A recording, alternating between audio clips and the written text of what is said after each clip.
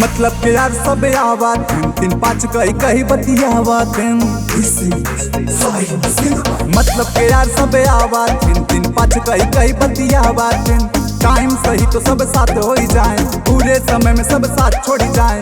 मेहनत के वक्त ही अकेले रहे, मिलते कामयाबी सबके मेले रहे।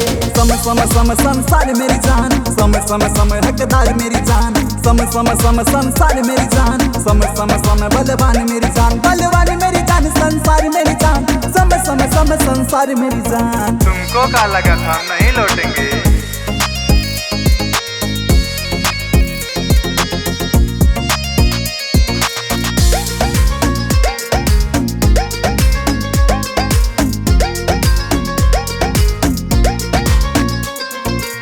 सुन के ताना हम रोवत रहे, बिना खाए राती में सोवत रहे।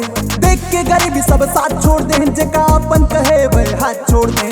समय के पहिया फिर ऐसन घुमाइन जे देखे न चाहे उनके भीड़ में हम आइन। जो भी हुआ अच्छा हुआ याद रहेगा ये बात मेरी जान।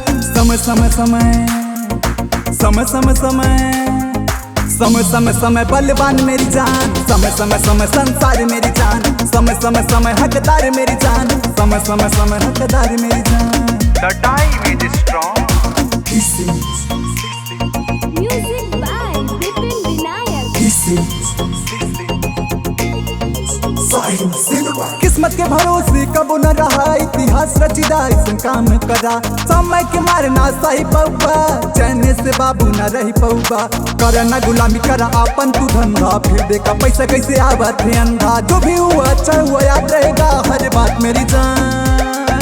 समय समय समय समय समय समय समय समय समय बलवान मेरी जान, समय समय समय संसार मेरी जान, समय समय समय हकदार मेरी जान, समय समय समय हकदार मेरी जान।